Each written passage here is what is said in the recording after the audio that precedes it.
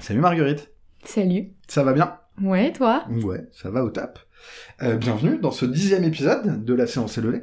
Un épisode anniversaire pour deux raisons, donc 10e, évidemment, mais c'est aussi, ça fait un an que j'ai commencé ce podcast, et donc c'est le 11e épisode, mais il y a un hors-série qui est sorti, et donc c'est le 10e et un an du podcast, donc Mais ça fait plaisir. félicitations, Ouais, trop bien. Du coup, je me suis offert du matos qu'on est en train de tester. Ça se trouve, le son va sonner un peu naze. Et même si je le fais plus dans les derniers épisodes, là, je vais juste réexpliquer rapidement le concept de l'émission, parce que je me dis, vu le film que tu as choisi, qu'il se peut qu'il y ait des gens qui arrivent un peu par hasard. Donc, le concept de l'émission, j'invite une personne, un invité, en l'occurrence toi aujourd'hui, et je suis ravi que tu sois là, Et moi aussi. qui choisit un film, enfin à qui je demande de choisir un film, et on va le regarder ensemble, et en parler à chaud juste après. Alors là, on est avant, l'idée c'est de se faire une petite intro, et l'idée c'est vraiment de retrouver la discussion sortie de salle, et de faire plus de la réflexion spontanée parce qu'on discute que de la critique. Moi je suis pas... L'idée c'est pas de dire quelque chose de définitif et d'absolu sur un film. Ce concept étant rappelé, est-ce que tu peux nous dire quel film tu as choisi ? Eh ben, j'ai choisi Avatar. Et ça me fait trop plaisir. Alors, est-ce que tu peux nous dire pourquoi ? Et bah, alors en fait, je l'ai vu il y a 2 ans, et je viens de voir le 2, et ça m'a rappelé à quel point j'avais aimé le premier, à quel point j'avais envie de le revoir. Et voilà, c'est un film que j'adore, c'est un peu un film réconfortant, je trouve. Ouais. Donc voilà, j'avais juste envie de le revoir, et tu m'as proposé, je me suis dit, ah, mon Dieu. Bah moi, ça me fait kiffer, comme je te disais tout à l'heure, ça me fait rire parce que je l'ai revu il y a un mois, juste avant d'aller voir le 2, pour me faire un petit kiff. Moi, je l'avais vu à sa sortie, et j'avais dû le voir une fois dans les années un peu après. Et du coup, je m'en souvenais plus trop, donc là, c'est bien, je l'ai bien en tête, donc je vais peut-être plus aussi pouvoir regarder le cinéma, ou la structure narrative, ou machin, parce que je vais moins être surpris, quoi. Ouais. Mais en vrai, je suis trop content, moi j'adore ce film. Ah ouais. En ce moment, notamment sur internet, il y a eu quand même pas mal de vidéos, pas mal de trucs, où on redore pas mal le blason d'Avatar et tout, mais c'est vrai que pendant 10 piges, il s'est tapé une répute un peu de prouesse technique, mais film pas ouf, alors que moi je le trouve vraiment, Ah ouais, moi aussi. vraiment très chouette, et je le trouve plein de qualité, donc je suis très content. Et sinon, avant qu'on commence, est-ce que tu peux nous raconter un peu, c'est quoi ton rapport au cinéma ? Est-ce que tu vas souvent ? Est-ce que tu vas plutôt en salle ? Est-ce que pas trop ? Est-ce que tu regardes pas de films ? Est-ce que t'es plus série ? Est-ce que tu regardes rien ? Parce que l'Ermitage, c'est quand même vachement mieux, etc., etc. Alors, moi de base, j'adore aller au cinéma, et pour moi, les films sont faits pour être vus au cinéma. Et il y a beaucoup de films que j'ai vus et que je ne regarderai que au cinéma, parce qu'il y en a certains qui ne peuvent pas être vus autre part, selon moi. Donc j'adore cet endroit et tout. Malheureusement, je suis étudiante et c'est terminé les places à 4€. Donc bon, voilà, financièrement c'est compliqué que j'y aille toujours. Après bon, les abonnements ça existe, donc... Ouais, un jour je me ferai sponsoriser par UGC Limité. Les gars, je suis client depuis 10 ans. Ce serait bien. Filez-moi de l'argent. Ce serait bien qu'ils se bougent. Mais non, et j'adore ça, et en fait, j'ai recommencé à y aller plus régulièrement quand j'ai fait une présentation en cours sur la chronologie des médias et la mort, peut-être, des cinémas. Et ça m'a saoulée, parce que du coup, ce que j'ai trouvé ne m'a pas plu. Et du coup, je me suis dit que j'allais soutenir le monde du cinéma et aller au cinéma. Et voilà, après oui, j'adore les séries. Donc on va dire que dans ma vie quotidienne, je suis plus série que film. Mais sinon, j'adore les films aussi. Ok, bah cool. Quel rapport t'as quand tu regardes quelque chose ? Alors, je crois que je l'ai cité déjà dans l'épisode d'avant avec ma sœur, mais j'ai toujours plus l'écrivain en tête qui a dit ça, mais il y a un écrivain qui avait dit une phrase que moi j'aime bien, où il disait « Moi j'aime lire comme ligne concierge en m'identifiant aux personnages et en vivant l'histoire avec eux, tout le reste revient à disséquer des mouches. » Ouais, c'est un peu ça. Et même si ça fait un peu « bande d'intello, arrêtez d'accaler... » Et il l'analyse, c'est hyper intéressant, et Dieu sait que je suis le premier à le faire, et en vrai, dans la discussion, on va le faire un peu. Mais, moi j'ai un rapport primordial de quelle histoire on me raconte, et qui me la raconte, et avec qui, et c'est d'abord l'empathie qui passe ou pas. Il y a des gens, je sais pas, mon meilleur pote, qui est venu dans le podcast, Clément, dans le premier épisode, allez l'écouter, les amis. Tu vois, il a un rapport hyper visuel, c'est-à-dire que le premier rapport qu'il a au cinéma, c'est d'abord, est-ce que j'ai des images qui m'en mettent plein la gueule ou pas, quoi. Donc voilà, et toi, t'es plutôt dans quelle sphère ? Moi, je suis complètement dans l'empathie, en fait. Après, il y a des films que je suis allée voir et où je n'ai retenu presque que l'esthétique, genre 1917. J'ai retenu que j'ai pas vu, mais... faut que le voir à la salle. J'imagine. Faut que le voir en salle. Mais il est monstrueux et j'ai retenu de ce film presque que l'esthétique. Après, l'histoire est aussi dingue, mais bon, voilà. Mais moi, le truc le plus important pour moi, c'est l'empathie, les personnages et le vécu, quoi. Bah, sur ce, on va pouvoir se mettre à Avatar, ça fait plaisir. Et on se retrouve juste après. À toutes.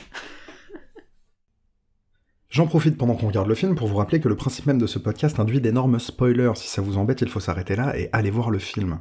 Pour les autres, ceux qui s'en fichent ou qui l'ont déjà vu, je vous fais un petit résumé pour que vous compreniez mieux notre discussion. Vous savez plus ou moins de quoi ça parle, je vais essayer de faire vite, mais c'est un film de presque 3 heures, il y a beaucoup à dire. Et c'est parti. Jake Sully, ancien marine, désormais paraplégique, débarque sur la planète Pandora pour remplacer au pied levé son frère jumeau, biologiste malheureusement décédé dans le programme Avatar. Il s'agit en quelque sorte d'être le pilote d'un hybride d'apparence Na'vi, les humanoïdes autochtones de Pandora, mais contrôlable à distance par un humain via un caisson qui met son corps au repos. C'est un premier bouleversement pour Sully qui retrouve un corps fonctionnel et les joies de s'en servir. Il est intégré au groupe du Dr Grace Augustine, officiellement pour en assurer la sécurité. Lors de sa première mission, avec Grace et Norm Spellman, un autre scientifique, il perd son groupe et se retrouve obligé à survivre seul une nuit dans la jungle au style de Pandora. Il est sauvé par une Na'vi, Neytiri, qui l'emmène jusqu'à son clan suite à un signe d'Eywa, la divinité des Na'vi. À son réveil, le colonel Quaritch le charge officieusement d'infiltrer le clan pour gagner sa confiance et de trouver un moyen que le clan quitte l'arbre-maison qu'il habite, puisque celui-ci repose sur un immense gisement d'obnutarium, un minerai endémique et particulièrement onéreux à l'origine de la présence humaine sur la planète. Neytiri, sous les ordres de sa mère, qui est le guide spirituel du clan, enseigne à Jake à vivre comme un Na'vi. Il découvre la planète et son écosystème, avec lesquels les Na'vis vivent en symbiose et auxquels ils peuvent se connecter via un organe au bout de leur tresse, qu'ils partagent avec les autres animaux de Pandora. Sa place unique au sein du clan des Omaticaya le place au centre d'une bataille d'influence entre Quaritch et Grace qui pousse la scientifique à isoler le programme Avatar dans les Hallelujah Mountains, les légendaires montagnes volantes de Pandora. Jake s'intègre peu à peu, gagne sa place de chasseur et de guerrier en domptant son Ikram, un animal volant, genre de dragon, que les Na'vis montent. Les 3 mois sont passés et c'est la fin de la mission pour Jake. Il a fourni suffisamment d'infos pour permettre à Quaritch de lancer son attaque, et il va être renvoyé sur Terre avec pour récompense le paiement des lourds soins qui lui redonneraient ses jambes. Mais il insiste pour retourner dans son avatar car il doit passer le lendemain la cérémonie qui fera de lui un Omaticaya à part entière. Il prétend qu'il sera écouté et qu'il pourra convaincre le clan de quitter son arbre. Il fait désormais partie du clan et annonce son amour à Neytiri avec qui il s'unit devant Eywa, sous les arbres sacrés qui permettent aux Na'vi de se connecter à leurs ancêtres, organiquement, via leurs tresses. À son réveil, les bulldozers ont commencé la destruction des arbres sacrés et il s'interpose. Leur faisant signe de s'arrêter, mais sans réaction, il se révolte et attaque un bulldozer avant d'être chassé par des soldats humains. Alors que les Omaticaya préparent leur défense, Jake tente de les convaincre de fuir et annonce qu'il a été envoyé chez eux pour gagner leur confiance et leur faire quitter l'arbre avant que les humains n'attaquent. Il est fait prisonnier avec Grace. Quaritch lance l'assaut aérien, et même si Jake est libéré par la mère de Neytiri au milieu du massacre, il est rejeté par les Omaticaya qui ne lui font plus confiance et par Quaritch et son supérieur, qui voient le groupe de scientifiques comme des empêcheurs de tourner en rond. Jake, Grace, Norman et quelques autres s'évadent de la base et déplacent les caissons des Hallelujah Mountains pour se cacher de Quaritch et pour à nouveau pouvoir piloter leurs avatars. Dans l'évasion, Grace est mortellement blessée. Pour retrouver l'écoute et la confiance des Omaticaya, Jake doit tenter l'impossible, devenir Toruk Makto, cavalier du plus grand prédateur de Pandora, un volant 3 fois plus gros qu'un Ikram. En y arrivant, il regagne la confiance de Neytiri et des siens, et unit autour de lui d'autres clans sous l'appel du Toruk Makto. La mère de Neytiri implore Eywa de transférer la conscience de Grace dans son avatar définitivement, pour la sauver, mais la scientifique est trop faible et meurt pendant la cérémonie. Jake et les Na'vi préparent la contre-attaque, et celui-ci se connecte aux arbres sacrés pour demander l'aide d'Eywa dans la bataille. Neytiri lui dit que la déesse ne prend pas parti, qu'elle n'est là que pour s'assurer de l'équilibre du monde. La grande bataille arrive, les Na'vi utilisent habilement leur force et font de gros dégâts, mais sont vite dépassés par la puissance des armes humaines. La guerre semble perdue jusqu'à ce que la faune de Pandora attaque les terriens. Eywa a répondu à l'appel. Quaritch refuse d'abandonner. Il localise le caisson de connexion de Jake et cherche à le déconnecter. Il affronte d'abord Neytiri, puis Jake qui arrive à temps pour l'empêcher de la tuer, mais le colonel arrive à vaincre Jake en le déconnectant, renvoyant son corps humain à la nature de Pandora, sans air respirable. Neytiri tue Quaritch et sauve Jake in extremis. La bataille est gagnée, les humains sont chassés de Pandora et les Na'vi font à nouveau appel à Eywa pour transférer la conscience de Jake dans son avatar. La vie s'éteint dans son corps humain, et après un long moment, Jake ouvre les yeux dans son corps Na'vi.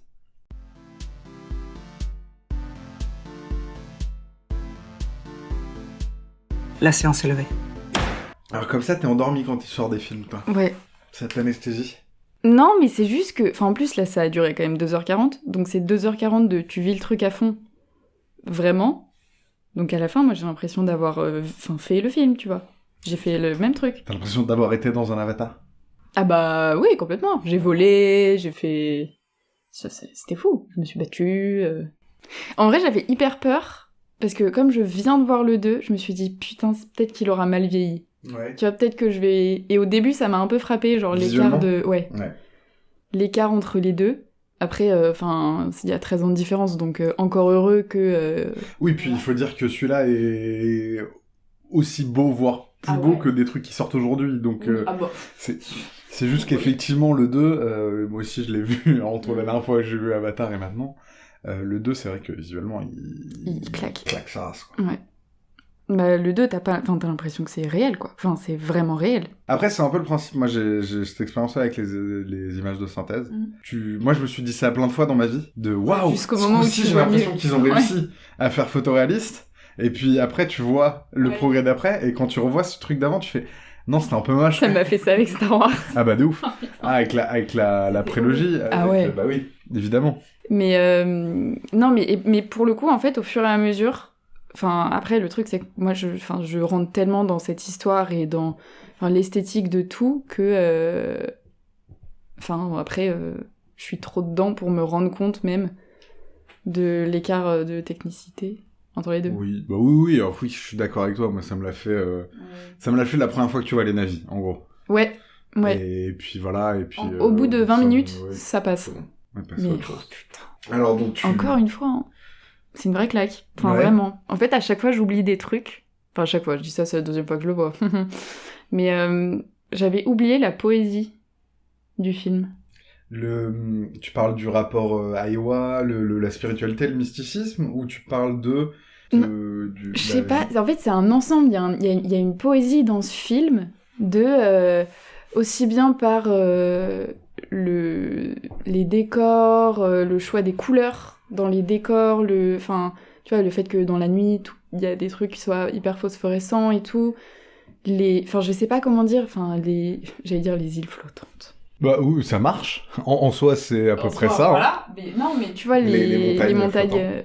Ouais, donc cette poésie, et puis dans les échanges entre les gens, dans la gestuelle entre les navis aussi, ça te berce en fait. Mais oui, le spirituel est aussi hyper présent. Moi, c'est ça que je trouve assez drôle, il y a un côté un peu bateau, un peu cliché, non pas négatif, mais tu vois, c'est vrai, oui. Remercier l'être vivant que t'as tué comme faisaient les Amérindiens et tout, oui, pourquoi pas. Mais il y a cette force qui est, bah non, mais je suis désolé, mais dans leur monde, c'est concret. Ouais. Qui fait que, moi qui suis pas hyper mystique dans la vie, en fait, tu ne peux pas résister à la puissance de ça. C'est vrai. Ouais, typiquement, notamment donc par rapport à Iowa et à la divinité, il y a quand même 3 moments Deus Ex Machina. Tu vois ce que c'est un Deus Ex Machina? Ouais. Donc il y a un moment où, en gros, le héros, non pas par ses actions, mais en gros, il se passe quelque chose qui fait que, oh là là, c'est bon, il survit, quelque chose, sauve le monde et tous les dieux interviennent, et donc en l'occurrence, Iowa intervient, à l'aide de ses petites graines. Donc il y en a 3, il y a quand elle se pose sur la flèche au début pour éviter Neytiri de le tirer, il y a quand ils viennent tous sur lui et oh là là ça désigne qu'il est du dieu, et il y a dans la grande bataille quand Iowa a répondu à l'appel mais n'empêche que pareil, même si Iowa est pas à proprement parler un personnage du film, ça ne me fait pas du tout l'effet d'un Deus Ex Machina classique dans une fiction, parce que ça sort absolument pas de nulle part, c'est hyper pertinent. Et c'est même plus que au-delà de pertinent dans le sens justifié, ils se battent spécifiquement pour ça. Ouais. Et c'est la raison d'être, non pas du film, mais du combat de ces personnages-là, etc. Et du coup, ça a une puissance narrative hyper forte. Mais en fait, justement, ce que je trouve ouf, c'est que on est en 2009, et que c'est un peu la période où t'as tous ces films-là qui sortent, les films du héros, un peu anti-héros, machin, tout ça, et là, ça paraît moins superficiel. Et tu trouves que c'est un héros un peu anti-héros ? Bah ouais, il est les Sky People... Enfin, tu vois, de base, tu te dis... théoriquement, un peu un connard. Ah, mais théoriquement, c'est le héros absolu américain. C'est un Marines. Ah oui, putain. Non, mais tu vois, C'est en fait. dans l'entrée dans l'histoire, c'est un Marines. On comprend, même si on nous raconte pas vraiment, qu'en vrai, c'est pas juste un débile soldat. Bon, d'une part, il est gradé, même si c'est un petit grade, et caporal, qu'il a vécu des endroits visiblement le Venezuela, c'était vénère. Ça avait l'air d'être chaud, tu vois, qu'il était en reconnaissance, etc. Donc, qu'il est compétent, et qu'il est au bon endroit, qu'il a sa place, etc. Donc, dans l'entrée dans le truc, c'est même le héros par excellence. Malgré le fait qu'il n'a pas de jambes, etc. C'est le héros du film, mais c'est pas... Enfin, tu vois, après... Enfin, moi, à chaque fois que je vois ce film, en plus, je me fais la même réflexion. Enfin, encore une fois, à chaque fois, je l'ai vu 2 fois. C'est... Moi, je me place systématiquement du côté des navis dans la narration. Et en fait... Après, je suis très manipulée parce que... en fait, directement, l'armée, ils sont... et même tous les humains qui sont dans le film, ils sont postés comme les méchants. Et au début, enfin moi en tout cas c'est comme ça que je l'ai perçu. Comme les colons. Oui, précisément. Comme les colons, merci. Et c'est comme ça que je l'ai perçu au début. Toute l'équipe des scientifiques, au début tu sais pas s'ils sont là pour les bonnes raisons ou s'ils sont là pour aller choper des trucs, faire encore plus d'avancées technologiques et tout, pour bien les niquer derrière, tu vois. Tu te poses un peu la question au début. Je trouve que même fondamentalement le film répond pas très bien à ça. Enfin on répond pas tout à fait. C'est-à-dire que mine de rien, alors oui, c'est pratique narrativement pour que les navis parlent anglais, que du coup on parle pas navi tout le film, etc. Mais mine de rien, il y a aussi du colonialisme dans le fait d'avoir fait une école, dans... Ah mais justement, mais c'est le cliché du colonialisme. C'est je t'amène une école, je t'amène des... Putain, les routes, le coup des routes, ça m'a flingué. Ça m'a flingué, c'est ce qui s'est passé en Afrique. Enfin, c'est monstrueux. Mais c'est aussi une critique de ça. Enfin, moi, je le prends beaucoup comme une critique de ça. En fait, je trouve que c'est marrant parce qu'il y a beaucoup de causes dedans qui étaient moins entendues à cette époque-là. Oui, en 2009. Oui, il y a bientôt 15 ans, donc ouais. Putain, j'étais jeune. Et bah moi, tu vois, je me souviens, parce que du coup, toi, tu l'avais pas vu au cinéma à l'époque. Bah non, j'avais eu vraiment 8 ans, quoi. Bon, même si en soi, ça s'emmène un enfant de 8 ans voir Avatar. Oui, c'est vrai. Au cinéma, tu vois, on va dire c'est le début de l'âge en dessous, c'est un peu jeune, mais c'est faisable. Mais bon, moi je me souviens très bien de quand elle est sortie. J'étais pas bien vieux, mais bon, j'avais 14 ans, 15 ans, quelque chose comme ça. J'aimais déjà beaucoup le cinéma, j'aimais déjà beaucoup James Cameron, notamment Terminator, etc., que mon père m'avait montré, tout ça. Et donc, c'était l'événement absolu, machin. Mais je me souviens aussi que la réception était un peu, c'est trop bien, c'est trop beau, mais bon, tu vois, je me souviens de ma mère notamment, il y avait un truc de, c'est un peu facile, c'est un peu l'histoire de d'habitude, c'est un peu cousu de fil blanc, c'est un peu manichéen. Ouais. Et moi, je trouve que dans ce film, il n'y a pas de manichéisme. Il y a de la radicalité politique. Ce que je trouve très différent. C'est-à-dire que c'est pas les méchants. Alors évidemment qu'il y a entre guillemets les méchants contre les gentils, mais ce que je veux dire, c'est pas les méchants contre les gentils, c'est l'opprimé qui se réveille contre l'oppresseur. Je suis désolé, ce n'est pas la même chose. C'est pas le bon Marines qui va sauver le monde avec ses valeurs de Marines. Ouais, c'est parce qu'il abandonne ses valeurs de Marines qu'il sauve le monde. C'est pas tu vois. Et puis il y a aussi ce truc de moi je trouve qu'il y a quelque chose de notamment le fait, même s'il y a des critiques, appropriation culturelle, machin qu'on peut entendre, le fait justement que dans cette guerre des navis, il y ait quelqu'un qui de l'autre camp, un avatar, quelqu'un qui donc on va dire, je vais faire le mot marxiste, un transfuge de classe. Mon Dieu. Non mais je fais exprès pour exagérer, alors c'est pas des classes sociales, mais du coup ça rend cet affrontement comme un affrontement groupe social, et pas comme un affrontement ethnique pur, et donc c'est génétique, on doit s'affronter, c'est par rapport à nos rôles sociaux, par rapport à nos visions de la société, par rapport à nos intérêts objectifs. Du coup, je trouve que pour un film autant gros public, autant un grand spectacle, qui est encore aujourd'hui, alors qu'il est le film qui a fait le plus de recettes de l'histoire du cinéma. Sans compter l'inflation, en comptant l'inflation, c'est autant On emporte le vent dans les années 20-30. Après, on parle de films qui restaient 3 ans à l'affiche, enfin, je veux dire, aux États-Unis, en Europe, à ce moment-là, enfin, c'est pas les mêmes concepts. Mais globalement, c'est quand même le film qui a fait le plus d'argent de l'histoire du cinéma, le film qui a été le plus vu. Il avait été dépassé par Endgame, mais vu que là, ils l'ont ressorti avant la sortie d'Avatar 2, et il a refait plus d'argent. Et donc, pour un film aussi populaire, aussi visible, aussi vu, d'avoir cette radicalité-là, de dire notamment, parce que, par exemple, il y a un truc très sur la conscience écologique en tant que morale, c'est-à-dire la Terre comme entité, enfin, la planète comme entité, etc. J'entends, il y a moins le truc du danger imminent de l'écologie, dans celui-ci, mais il y a quand même un truc de... Il n'y a pas de réponse à moitié. Il n'y a pas de petit pas possible. Si on veut faire quelque chose, va falloir se foutre sur la gueule. Et mine de rien, enfin, je trouve qu'il y a une radicalité hyper puissante dans ce film-là. Ouais. Et voilà, et je trouve que c'est un exploit de l'avoir fait aussi digeste, parce que elle est pas... elle est jamais imposante. Ouais. Et dans un truc aussi visible, quoi. Je suis hyper d'accord avec ce que tu dis, et surtout, en fait, ce que j'adore dans ce film, c'est que c'est jamais... comment dire ? Tout le combat des navis, que ce soit pour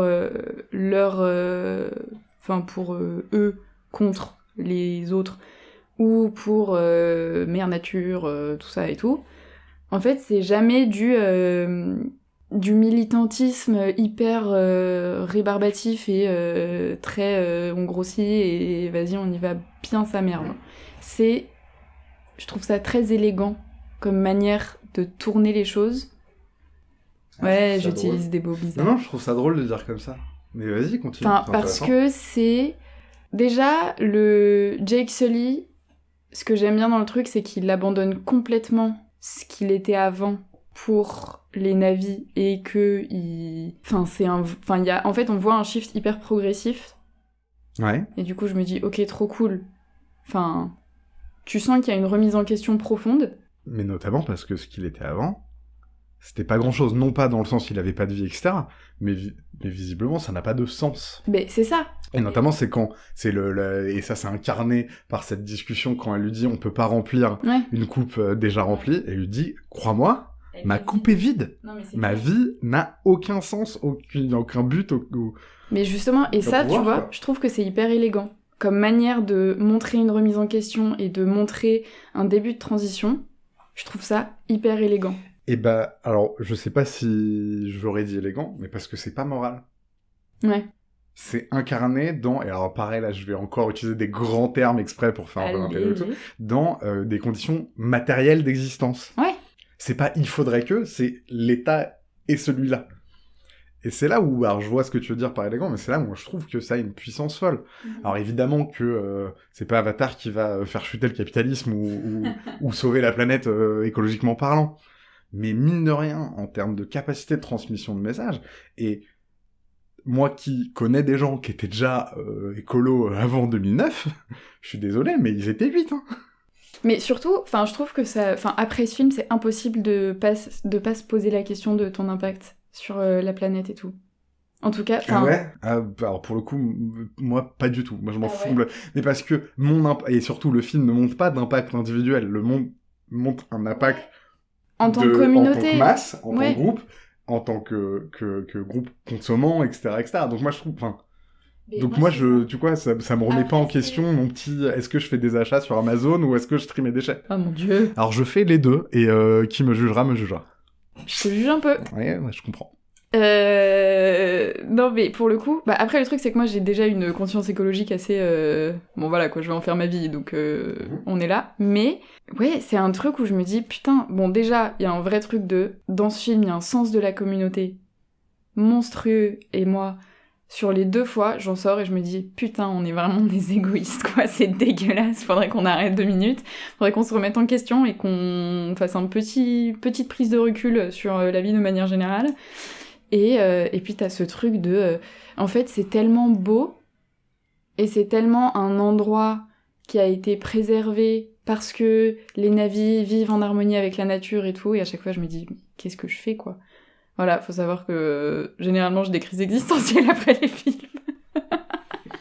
Donc tu t'inquiètes de qu'est-ce que tu fais avec le monde qu'on t'a donné. Eh écoute, va te faire une cabane dans la forêt. Allez, on est parti. En vrai si tu veux. Hein, non, je suis addict à mon téléphone. Mais il y a un vrai truc en fait, je me dis que... typiquement, j'ai envie... à chaque fois, ça me donne envie de trouver plus de sens. Parce que les navis ont cette espèce de d'essence qui est le fait que ils ont un sens commun et un sens, enfin c'est ouf, ils sont inscrits individuellement dans un truc parce que, enfin, tu vois le passage où très anodin, mais où elle dit que il faut que Sully choisisse une meuf. Nous allons reparler de ce passage après, et que elle parle de certaines filles qu'on n'a pas vues. En disant, elle fait ci, elle fait ça. En fait, tu vois qu'ils ont aussi un rôle individuel. Enfin, donc, t'as cette espèce de communauté qui vit ensemble en harmonie avec l'environnement qui est autour d'eux. Et en plus, ils ont chacun leur individualité. C'est très peu montré, mais... Ouais, après, moi, je trouve que justement, la force du film aussi, c'est de pas les idéaliser en super... que, en vrai, chez les Na'vi, il y a aussi des réflexions un peu connes, des méfiances. Alors, après, quand t'as déjà été colonisé un peu, t'as le droit de te méfier de l'étranger. Franchement. Non, mais tu vois.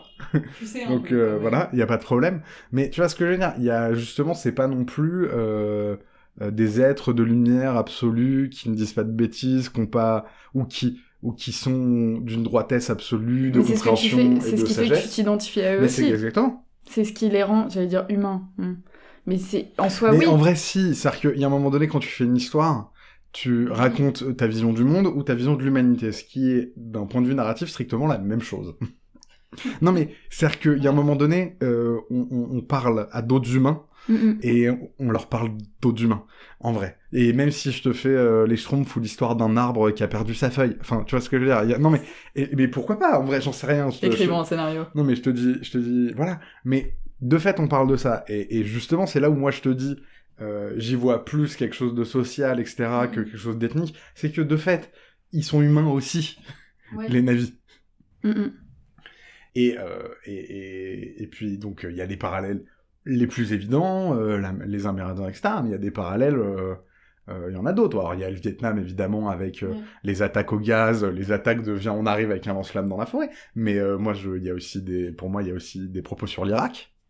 Tu vois, quand, à un moment donné, quand il dit ils vont contre-attaquer, en gros, mais il dit pas ils vont contre-attaquer, il dit ils vont nous attaquer, we need to fight the terror with terror. Ah, je suis désolé, putain, ouais, mais bravo, bien c'est joué. précis comme propos. Ouais. Et c'est précis comme propos politique. Peut-être que j'extrapole, parce qu'on parle de 2009, etc., mais en même temps, c'était déjà assez présent. Je veux dire, le mysticisme et la beauté de leur mysticisme aussi, moi, j'y vois aussi notre ignorance par rapport à l'islamophobie ambiante et à notre incompréhension, notamment à gauche en France. Oui, parce que bon, surprise, mais personne n'est surpris qui écoute le podcast vient un peu de ce camp-là. Mais notre incompréhension parce que on a eu l'habitude de se fighter avec l'Église, non pas en tant que croyant, mais en tant qu'institution politique, et qu'on confond ça, et on se dit, oulala, des croyants, ils sont pas bien quand même, ils sont un peu mystiques. Et moi, je trouve que, justement, ce film-là raconte quelque chose là-dessus aussi. Enfin, je trouve la portée politique, la puissance narrative, et évidemment qu'il y a des trucs un peu faciles. Bon, l'histoire d'amour, tu vois, par exemple, elle est pas... C'est la première meuf qui rencontre, voilà, vous tombez amoureux, ok, cool. Et c'est ce qui rend le film accessible aussi, et c'est ce qui Exactement. fait que tu t'attaches facilement au personnage et à l'histoire. En fait, parce que finalement, on peut dire ce qu'on veut, on est tous clients de ça. Quand c'est bien fait, on est tous grave clients. De fou. Mais en même temps, tu vois, c'est ce que tu disais, on va y revenir. Là, c'est marrant, je l'ai vu il y a un mois, je m'étais pas fait la réflexion. Mais à un moment, elle lui dit, maintenant, tu as le droit de te choisir une femme. Et il dit, j'ai déjà choisi, mais il dit aussi, est-ce qu'elle me choisit? Et mine de rien, je suis désolé, par rapport à 2009.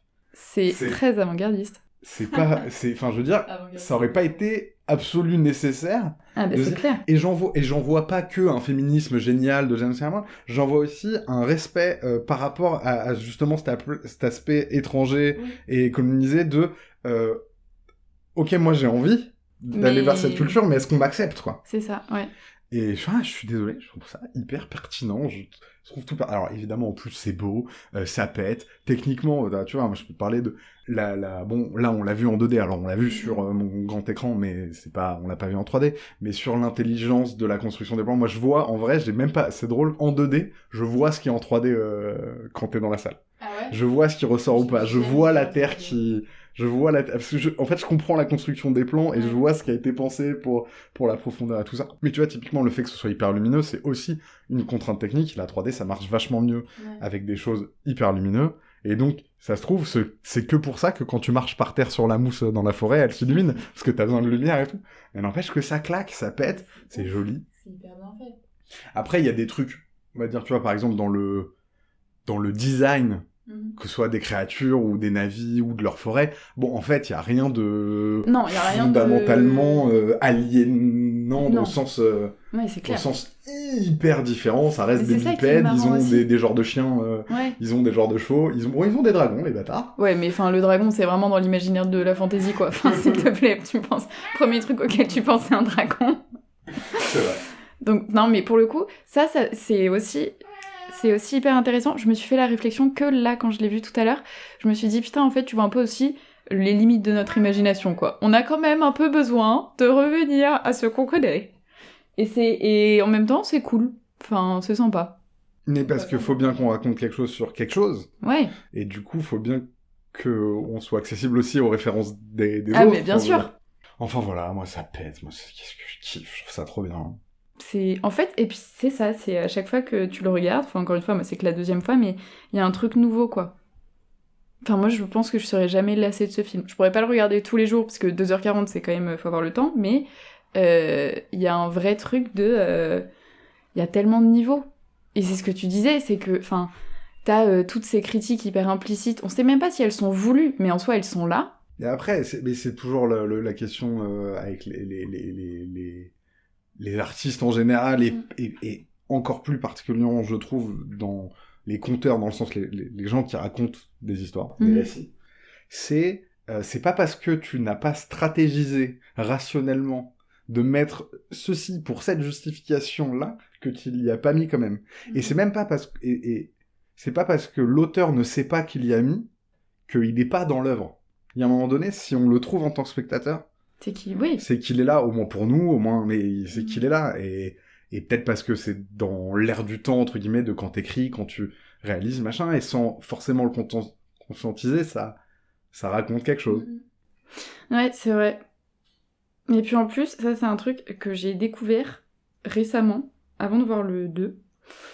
Je regardais une interview de James Cameron qui disait comment est-ce qu'il était... Enfin, il parlait du premier Avatar en disant, comment est-ce que l'idée lui était venue. Bon, alors machin, il en est arrivé, très bien, super. Et sa petite BD quand il était au lycée, de 2 pages, etc. Et en fait, après, il a parlé longuement de l'apparence des navis, et du fait qu'ils ont cherché énormément des différentes options, etc. Et ils en sont venus à une apparence qui ressemblait beaucoup au chat. Ah bah oui, c'est des têtes de chat, enfin ils ont des nez de chat. Exactement, et en fait, honnêtement, moi je trouve que c'est pas anodin. Parce que cette espèce de sens de la communauté et tout, cette espèce de truc, pour les gens qui ont lu La Guerre des clans quand ils étaient petits, Parce que c'est La Guerre des clans. C'est une saga sur des chats qui sont dans des clans et qui font la guerre entre eux. D'accord. Voilà. Et bah, t'as un espèce de truc de l'imaginaire du chat, où c'est... en même temps, ils sont... Enfin, tu vois, c'est des félins, et ils sont hyper vicieux au début. Genre, t'as l'impression qu'ils sont hyper vicieux au début, tu sais, genre les lions et tout, machin. Ok. Mais, en fait... En vrai, ça va. Tu veux en venir, mais je t'écoute. Non, mais pour l'instant, je te suis pas, mais je t'écoute. J'ai une réflexion, t'inquiète. Et en fait, t'as cette espèce de communauté. Alors, c'est moins dans les chats que ça ne l'est dans les tigres et les lions, mais t'as cette espèce de construction d'une communauté chez les lions, par exemple, qui est hyper forte. Où t'as, je sais pas, vous avez vu Le Roi Lion, quoi. Enfin, oui. Et puis, si tu regardes un documentaire animalier, tu vois qu'il y a une vraie construction dans les lions. Et c'est des clans. Et du coup, je trouve ça excellent qu'ils aient des têtes de chat, globalement, parce que ça rappelle cette importance du clan et de la famille et comment on dit ? Tu sais pas du tout ce que je veux dire en plus, parce que je te fais pas du tout un geste qui parle. Pas du tout. Tu suis pas du tout ce que je dis là ? ni le geste, ni... Bah déjà parce que... Alors je suis désolé, mais le rapport au chat... Alors oui, je le vois avec d'autres félins, mais le rapport au chat et le rapport entre les chats et la communauté... C'est-à-dire que moi, et personnellement, j'adore mon chat, c'est pas le sujet. J'adore les chats, mais je veux dire... Et c'est pas le seul chat que j'ai eu dans ma vie. Je suis désolé, l'expérience que j'ai des chats, c'est pas du tout la communauté. Non mais pour moi, c'était genre chat, félin... Vous êtes à moi, et n'amenez personne d'autre. Enfin, Mais non, mais en fait, putain, mon parallèle était vraiment genre hyper bien pensé dans ma tête, mais c'est le Bah, problème. je vois ça. Mon problème, c'est que je m'exprime mal. Chat, félin, lion, en gros. Ok. Et chat, félin, lion, chat solitaire, etc., machin. Félin, on élargit le spectre. Lion, les lions, t'as un vrai truc du clan et t'as une vraie construction sociale dans les clans de lions. Voilà. Et du coup, c'est excellent parce que tu retrouves ça dans le film. Très bien. Ouais, Voilà. Et moi, le rapport que j'y vois au chat, c'est plus la dextérité, la bah solitude, le mystère aussi, parce que mine de rien, le chat, et puis si on veut parler de référence enfantine, le chat qui s'en va tout seul, de Kipling, etc. etc. Donc voilà, il y a ce truc de Non, j'ai de des références mystérieux, vachement d'inaccessible, etc. Ouais. Désolé. On n'a pas eu la même enfance. Non, mais c'est pas, je l'ai pas lu à 8 ans, enfin, entendons-nous. Mais ouais, il y a dans le design quelque chose d'assez fou, mais comme tu dis, c'est drôle, tu dis, je me suis rendu compte que ça, ce truc de chat. C'est-à-dire que moi, ça me paraît évident maintenant qu'ils ont des nez de chat, mais je suis pas sûr de me l'être dit aux premières fois. C'est-à-dire que même si c'est pas hyper alien, c'est vrai que t'as des humanoïdes qui ont vraiment pas, en tout cas qui ont pas tout à fait les mêmes structures. Même dans les corps, c'est pas juste nos silhouettes peintes en bleu, c'est-à-dire qu'ils sont plus longs, ils sont tous hyper fins. Ils ont pas les, et même oui, effectivement, ils ont pas les, c'est le chat qui fait des folies. Ils ont même pas ils ont pas les mêmes proportions, etc. Ils ont des visages qui sont quand même pas les mêmes, mais il y a un truc de ça, on clique tout de suite avec, ça marche tout de suite avec, et on est dans l'empathie. Et tu vois, j'entendais cette critique il y a pas longtemps sur Avatar 1 que mine de rien, les CGI étaient pas aussi bien faits et que, enfin, étaient bien faits, mais que ça ne sera jamais la même chose qu'un vrai humain, et que du coup, notamment par rapport aux autres films de James Cameron et à ses précédents, la personne qui faisait la critique disait qu'il y avait quand même quelque chose qui bloquait au niveau de son empathie. Moi, j'ai pas du tout ça. Dans Avatar, je suis avec eux. Alors, en réalité, quand tu vois les gens dans le décor un peu, ils sont moins précis, moins travaillés. Mais on est en 2009.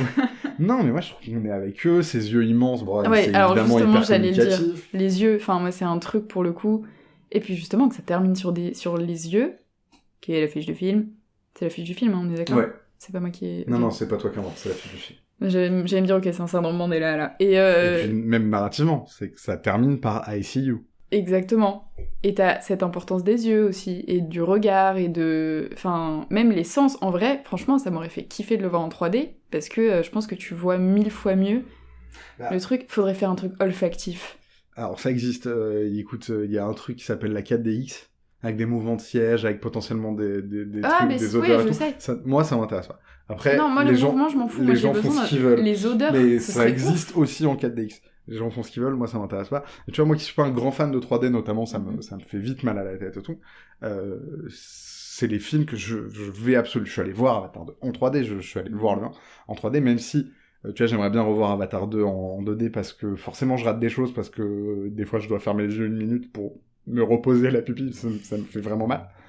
Mais parce que, notamment, moi dans Avatar 1, c'est le premier réal, c'est le premier film où j'ai vu la 3D utilisée comme outil cinématographique, comme outil de mise en scène, c'est-à-dire comme rajoutant une couche de texture en plus, servant le propos du film. Parce que c'est ça la mise en scène. C'est-à-dire qu'il y a un moment donné, tu peux faire des très beaux plans, tu peux faire machin, si mettre en scène, c'est mettre cet aspect technique-là au service de ce que tu racontes, de la narration, et ça. Et je trouve que jusque-là, c'est Cameron qui a le mieux compris la 3D, qui... Souvent aussi, c'est que les réals n'ont pas particulièrement envie de faire de la 3D, c'est une imposition de studio que le film existe en 3D, donc, enfin voilà, c'est aussi pas traité en tant qu'outil, et puis c'est pas forcément facile à appréhender comme outil. Mais effectivement, il y a un truc dans l'accès sensoriel que j'ai moins sur le 2, mais encore une fois, on parlera pas par rapport à la 3D du 2, mais on parlera pas... moi je l'ai pas vu en 3D de toute façon, donc je peux même pas en parler. Du 2 aujourd'hui. Mais moi, je me souviens quand je l'ai vu en salle, et effectivement, par exemple, quand au début, Sully il découvre son nouveau corps, il réapprend à avoir des jambes, c'est ça son grand kiff, et il va courir, et tu vois, là, moi, je le vois en 2D, il y a quand même des grains de terre quand il court qui sautent, ça, c'est typiquement les premiers moments de 3D vraiment 3D, c'est-à-dire pas un peu plus de profondeur, ça. Il y a des choses qui volent dans la salle de cinéma, avec tes lunettes. Et ça rendait quelque chose de très sensoriel, vraiment hyper accessible. Ouais. Et je pense que c'est pertinent parce que c'est bien utilisé, mais c'est pertinent aussi parce que ça va avec le récit du film, avec le fait de voir, d'écouter, de sentir.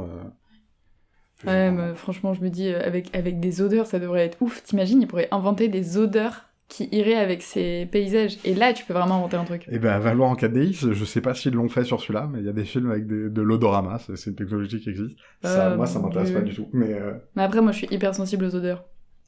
C'est un truc. Quand t'es à moitié aveugle, comme moi, myope comme une taupe, t'as d'autres sens qui te développent. Et bah, l'odorat, voilà. Mais... ouais, quel film, mon Dieu. C'est fou. C'est marrant parce qu'il y a quand même ce truc de... après 2h40 de film, j'ai des retards de... J'ai encore des scènes dans ma tête et je me dis, oh putain. Alors, c'est laquelle? C'est celle de... Quand il entend les voix des ancêtres. Ouais, quand il se connecte Ouais. Avec ses... avec sa queue. Je suis désolé, c'est... Enfin, c'est pas... Non, parce qu'il a une queue... Sa tresse. C'est une tresse. Oui, bah après, c'est pas... Alors, on voit dans Avatar 2 que l'organe n'est pas fait de tresse. Oui. C'est qu'ils se font pousser des cheveux autour. Mais bon, qu'importe. Mais c'est une tresse. Non, mais oui, avec son port USB, finalement. Avec son... Bah, je sais pas comment l'expliquer d'autre, donc disons-le comme ça. Mais je trouve ça magnifique. Et d'ailleurs, je m'étais fait la réflexion, quand il saute dans l'eau, j'ai vraiment regardé l'eau, parce que... Enfin, et la manière dont il était dans l'eau et tout, parce que c'est le truc. Quand il est pourchassé par l'espace de tir, là, ou un autre moment? Ok, à ce moment-là. Au moment où il saute dans la cascade. Au début, quand il faut survivre dans la jungle tout seul. Ouais, c'est ça. Parce que je suis un vrai GI américain. Et je vais survivre seul, je réussis, sans aucune égratignure. Enfin, si, peut-être une. Et bah... Parce que le gros truc sur le 2, même avant qu'il sorte, c'était le « Ah, mon Dieu, comment est-ce qu'ils vont faire l'eau, quoi ?»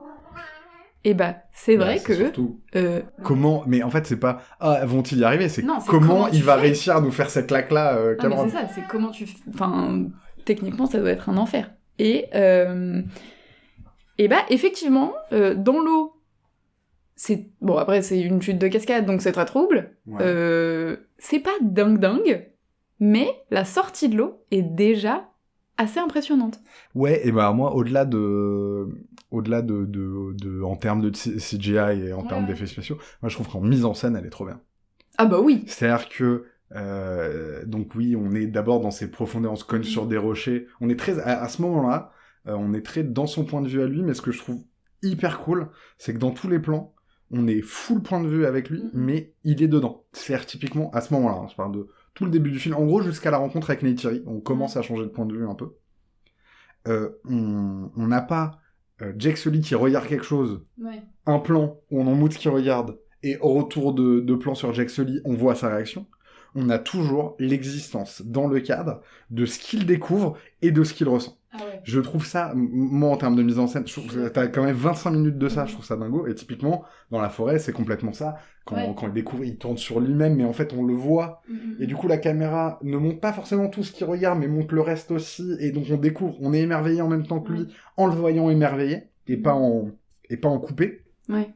Et donc dans cette cascade, t'as vraiment, boum, on se cogne contre des rochers, on est sous l'eau, donc c'est un peu verdâtre, un peu vaseux, on va dire, un peu trouble, effectivement c'est pas dingue en termes de CGI, on sort de l'eau, et là moi il y a ce truc que je trouve génialissime, c'est en même temps que lui essaye de sortir de l'eau et de prendre sa respiration dans les remous, la caméra hésite.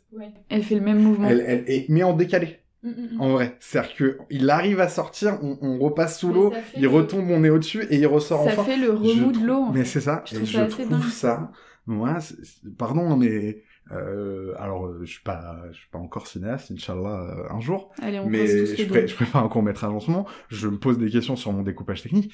Je vous assure, avoir des idées comme ça, c'est putain, c'est fort quoi, et c'est hyper puissant. Et après bon, c'est Cameron, hein, je veux dire, c'est pas la moitié d'un cinéaste. C'est-à-dire, au-delà de Titanic, qui est très bien aussi, et qui d'ailleurs est beaucoup mieux que ce qu'on en perçoit, enfin beaucoup plus profond et beaucoup plus cinématographique que ce qu'on peut en percevoir au premier abord ou à sa sortie, etc. Et bon, voilà, Terminator, Abyss, voilà, c'est un putain de cinéaste, il y a pas de doute là-dessus. Mais ouais, moi, et je te dis, moi, ce qui m'a le plus choqué, c'est ce truc de point de vue, Ouais. On est avec lui tout le temps. Et en plus, chaque personnage, dans le film, chaque personnage important. Donc Grace, mais même entre guillemets, les méchants. Ouais. C'est-à-dire que même Quaritch, il s'appelle, je sais plus. Le griffé, ouais, Quaritch. J'ai pas envie de retenir son nom. Ça m'a saoulé. Mais tous les personnages, quand ils sont présentés, on a du point de vue, donc on a de l'empathie avec eux.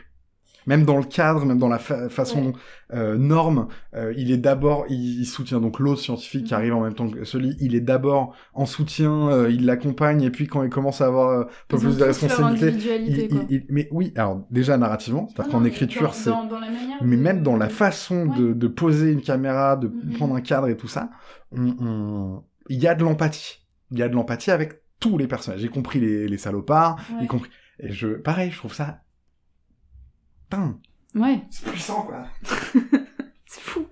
Non, mais après, moi, il y a un truc, je sais pas si c'est une impression, et parce que j'étais tellement dedans que j'ai eu cette impression-là, ou si c'est techniquement il l'a fait, j'ai l'impression que la manière de filmer les personnages, tu leur donnes à chacun un point de vue propre, et dans la manière de filmer, enfin, tu vois, dans la manière dont ils montrent les points de vue, les décors, les machins, j'ai vraiment l'impression que t'as aussi ce changement de personnalité, entre guillemets. Tu vois, de la caméra, tu veux dire. Ouais, bah... Alors... Et ça, je sais pas, en fait, ça m'a choqué au moment de le colonel qui dit, je crois qu'il faut lancer... Enfin, il lance les bombes, les missiles ou je sais plus quoi. Et en fait, je me suis fait la réflexion à ce moment-là, je me suis dit, c'est marrant, à chaque fois qu'il le filme lui, et qu'il se passe pas un truc dehors directement, on le voit que... Tu vois, il y a lui au premier plan, et après, c'est l'intérieur de l'avion. Donc, t'as tout l'aspect vraiment armé et tout, et tu vois pas dehors. Ou très peu. Et c'est assez marrant, parce que, enfin, c'est... Même quand il est au poste de commandement et tout, il est rarement, en fait, avec tout le truc de la nature, le machin, le truc. Et c'est... Enfin, tu vois, il meurt dans une machine, quoi. Et en fait, je me suis dit, oh la vache, le mec, il est fou, il est fort. Et... A contrario, Grace est presque tout le temps avec de la nature autour d'elle. Ouais. Et Jake, t'as un changement entre les deux. Et en même temps, parce que je trouve... Enfin, pareil, je trouve ça trop drôle. C'est con. Bon, déjà, c'est une très grande actrice, à ce niveau-là. Mais cette meuf qui est biologiste, qui est hyper attachée à la nature, qui fume. Voilà, c'est exactement là où je veux revenir. Qui est moralement... J'ai spoilé. Moralement, globalement... à la bonne cœur, qui essaye de comprendre les autres, qui a de l'empathie, qui machin, qui est truc. Bon, en gros, qui est quand même la bonne white savior, mais et je le dis sans reproche. Je suis pas en train de reprocher au film de nous mettre ce personnage-là. Mais l'intelligence on la voit sortir de son personnage et hop, elle demande une clope. C'est rien en termes d'écriture, de machin. En plus, c'est la seule clope. Enfin, c'est le seul personnage qui fume du film, donc c'est pas un truc automatique et ça. Putain, mais c'est si intelligent. Genre, mais vraiment. Ça donne d'un coup une contradiction, et donc une profondeur, une perplexité. C'est aussi raconté dans la voix off, mais mine de rien, Grace, c'est pas... Alors même si, entre guillemets, on va le dire comme ça, son cœur est à la bonne place, c'est pas une naïve non plus. Elle joue le jeu politique. Et puis I'm gonna take a sample, moi ça m'a bien fait rire. Tu vois, en fait, à ce moment-là, j'ai vu le retour du « Ah ! Bah alors ?» Alors ça, c'est plus pour la petite vanne de sa mort. Là, je te parle de plus de... En vrai, elle sait aussi pourquoi elle est là. Ah bah c'est clair. Elle sait bien qu'il y a cette richesse-là. Elle dit pas que ça lui plaît, mais bon, elle joue le jeu parce que ça lui fait faire sa recherche. Parce que ça lui fait et puis, elle sait aussi pourquoi Jack, il est là. Mais au début, il est inutile, donc c'est un poids, il me casse les couilles. Puis quand il a de l'intérêt, bon, bah, il faut jouer avec lui, il faut être sympa. Et du coup, je veux dire, j'en fais pas une connasse pour autant ou quoi. Non, elle a enfin, c'est contradictoire. Le film est tout le temps construit comme ça. Elle est complexe, quoi. Enfin, c'est qu'il y a pas une seule lecture pour chaque personnage. C'est qu'en fait, enfin, même en vrai, je sais pas si je vais faire l'avocat du diable ou pas, mais même la Frela. Je sais pas comment il s'appelle. Ouais, lui. Même lui, en vrai, c'est un marine. C'est pas un marine. Si. Bon, bref, il est. Okay. Voilà. Hyper vénère et tout, machin, à vouloir tout détruire sur son passage. Mais il fait ça pour avoir les ressources, pour pouvoir les vendre, pour pouvoir... Non, lui, il le fait pas pour ça. Lui, il le fait parce qu'il est payé pour ça, et maintenant qu'il est là, il doit protéger ses hommes. Et c'est quelque part sa seule logique. C'est obéir, c'est protéger et servir. J'ai presque envie de le dire comme ça. Oui, c'est vrai, j'avoue. Ok.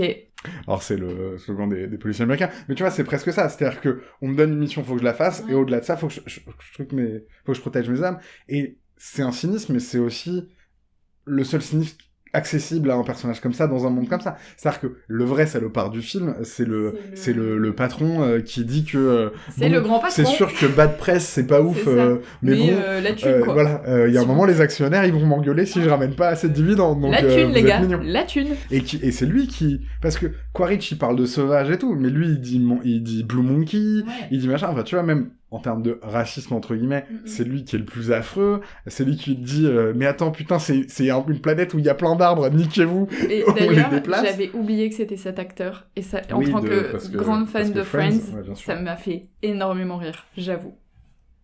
Mais enfin et même lui je le trouve précis. Et notamment dans le fait de pas juste être un gros bourrin et donc d'avoir ses objectifs hyper cyniques, mais de calmer Quaritch en mode non mais là s'il y a une solution diplomatique en vrai prenons-la, mais et pas parce que moralement c'est mieux. Non, parce qu'en vrai c'est plus simple, donc essayons, tu vois. Flemme, ça coûte moins cher. En vrai donc, c'est ça, hein. Ça mais coûte moins cher. Je trouve que ce film est précis de ouf, surtout. Et il y a un milliard de strates possibles. Enfin, je pense qu'on peut discuter pendant plus de 2h40 sur ce film, quoi. Ça fout une claque. Voilà, c'est finalement mon dernier mot. Très bien. Non, mais très bien. Fouf. Et bah, merci d'être venu. Mais merci beaucoup de m'avoir reçu. Chers auditeurs, on se retrouve vous dans quelques secondes, moi dans quelques jours pour la scène post-générique de cette émission. Et sur ce, à bientôt. Salut. La scène post-générique. Je ne m'y attendais pas particulièrement, mais vous avez pu le constater, dans cet épisode j'ai beaucoup parlé de ce que je voyais de politique dans Avatar. Et c'est l'occasion pour moi de continuer une réflexion que j'ai de plus en plus ces temps-ci sur la façon de faire exister des propos ou des points de vue plus ou moins politiques de près ou de loin dans un récit. Évidemment, et même si c'est un peu impensif, c'est une réalité qu'il faut rappeler, si l'on part du principe que le politique c'est tout ce qui concerne l'organisation collective des vies humaines, toute œuvre, tout récit, qu'il le veuille ou non, est nécessairement politique. Mais la volonté d'un auteur d'inscrire dans un récit, et pour ce qui m'intéresse dans un film, un propos politique n'est pas un prérequis de la qualité de l'œuvre. Bien souvent, la politique échappe à l'auteur. Il veut parler d'un sujet qu'il connaît plus ou moins, il a des avis, parfois des réflexions, un point de vue, tantôt sensible, tantôt construit et argumenté, et sans nécessairement le vouloir, tout ça va au moins transparaître dans son récit. D'autres fois, la charge politique ou historique qui précède l'œuvre dans l'esprit de l'auteur le pousse à réfléchir son film pour servir son propos, allant quelquefois même desservir le film en tant que tel. Petit retour en arrière pour parler de ce que John Truby appelle le débat moral, ou la ligne thématique d'un récit. C'est un sujet souvent mal compris, il ne s'agit pas d'un thème au sens commun, large et vague, comme on pourrait dire un film sur la guerre, mais bien d'un point de vue précis sur ce qui est une bonne ou une mauvaise action, sur la façon dont il faudrait se comporter, notamment et presque exclusivement avec les autres. D'une certaine façon, et consciemment ou non, l'histoire est un moyen pour l'auteur d'exprimer son point de vue moral, plus ou moins discrètement. C'est souvent plus discret dans un film d'action que dans un drame social. Ce point de vue n'est pas seulement, pas frontalement, voire pas du tout, exprimé dans les dialogues. Les personnages ne doivent pas être des porte-paroles directs du point de vue de l'auteur, ça fait souvent des films lourds, indigestes et peu subtils. Il est abordé lentement, dans la structure du récit, à travers la façon dont le personnage principal affronte des situations spécifiques, à travers les moyens qu'il met en œuvre pour atteindre son objectif, et parce qu'il apprend en se confrontant à des obstacles ou à des adversaires. C'est dans les raisons qui poussent les personnages à s'affronter que réside la ligne thématique. Elle s'incarne dans un choix que fait le personnage principal entre deux façons de vivre, via une action morale forte et identifiée. Dans Avatar, le principal affrontement n'est pas entre Jake et Quaritch, de ce point de vue-là, mais entre Jake et Neytiri, tout le long du film. Ils opposent leur vision du monde, même si Jake rejoint peu à peu celle de la Na'vi. La décision morale de Jake, c'est de choisir un camp. Lui qui était jusque-là déchiré entre des allégeances contradictoires, cette décision s'incarne en s'évadant, puis en faisant ce geste fou et terriblement risqué, tenter de devenir Toruk Makto, quitte à en mourir. Non pas par intérêt, mais parce que c'est la seule façon à sa portée d'aider les Na'vi, de s'ancrer définitivement dans leur camp. La conclusion du récit, Jake qui ouvre ses yeux dans son nouveau corps, nous dit précisément qu'il est désormais un Na'vi, c'est-à-dire qu'il voit, au sens d'avoir la conscience de ce qui l'entoure, et que c'est ça, le sujet du film. Il faut bien comprendre qu'il n'est pas nécessaire à un bon récit que le débat moral soit complexe, profond et extrêmement chargé ou situé politiquement. Dans Game of Thrones, par exemple, la ligne thématique est assez claire. Face à un danger plus grand que nous, il nous faut apprendre à cesser les guerres intestines et à se rassembler malgré ce qui nous oppose. Dans la série, certains réussissent et certains échouent dramatiquement à le comprendre. Et même si on peut en faire un parallèle écologique fort, surtout en ce moment, avec nos sujets à nous, Cette ligne thématique, on peut l'adapter à tout. Elle ne contient pas en soi de propos politiques précis, mais une vision morale. Je peux maintenant revenir à ce que je voulais vous dire. J'ai la vague impression en ce moment qu'un film comme Avatar a plus d'impact dans les consciences que n'importe quel Ken Loach, quelle que soit la qualité de ses films. Et j'en viens à me demander ceci. Quand on a un message à faire passer, est-il plus efficace de le crier haut et fort quand on peut l'incarner autrement, de façon plus digeste, et peut-être plus puissante? C'est la fin de cet épisode, mais cette réflexion n'est pas finie. Elle apparaissait déjà dans l'épisode précédent sur But I'm a Cheerleader, ou très rapidement dans un thread Twitter que j'ai fait à l'occasion de la sortie en salle de Tirailleurs. @Léox qui respire tout attaché pour ceux que ça intéresse. J'ai pas encore de conclusion et je sais pas encore si cette réflexion va quelque part, mais ça fait plusieurs films, plusieurs semaines, plusieurs mois qu'elle m'intéresse, probablement d'un aspect aussi un peu plus, je sais pas dire conscient ou militant dans ma vie personnelle. Vu le film dont on parle et l'actualité qu'il a en ce moment, cet épisode peut toucher peut-être plus de monde que d'habitude, alors n'hésitez pas à le partager sur les réseaux sociaux, vous connaissez l'histoire, abonnement, la cloche, 5 étoiles, tout ça. Je remercie encore une fois Marguerite d'avoir accepté mon invitation, et pour son choix de film, je vous remercie vous de m'avoir écouté, on se dit au mois prochain pour le prochain épisode. Salut!